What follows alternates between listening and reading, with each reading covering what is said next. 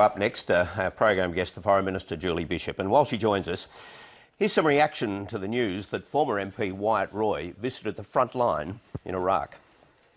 There was about 15 Daesh terrorists. They were less than a kilometre away and they were shooting 50 cal Russian Dushkas and RPGs. It was a very dangerous environment. It's not one that I expected to be in. I mean, this is profoundly stupid, profoundly selfish. We're talking about a war zone. This is not a Kontiki tour here. It is certainly not a tourist destination. It looks like he was trying to act out some Top Gun fantasy, but frankly, this is irresponsible behaviour. It was stupid, it was foolish of him. I'm sure that our friendship will endure beyond what is obviously clearly a strong disagreement.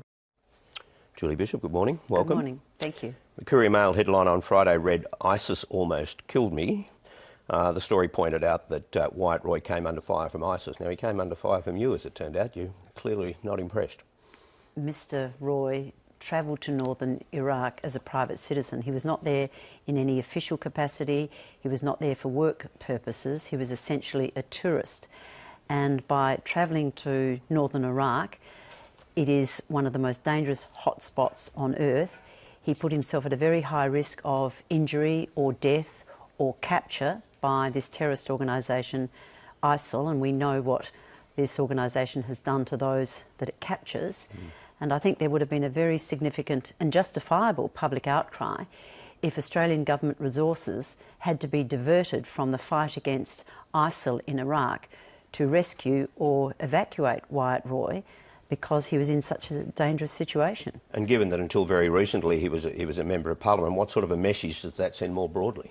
Well, I have been consistently warning Australians not to travel to Syria and Iraq. Indeed, there are parts of both countries that are out of bounds for Australian citizens. It's an offence to travel there, and I do not want to encourage any thrill seekers to go over to Iraq and Syria and observe what is going on. This is a war. There is a conflict of mammoth proportions in both Syria and Iraq, and our formal official government advice is do not travel there. Is that what he was, a thrill seeker?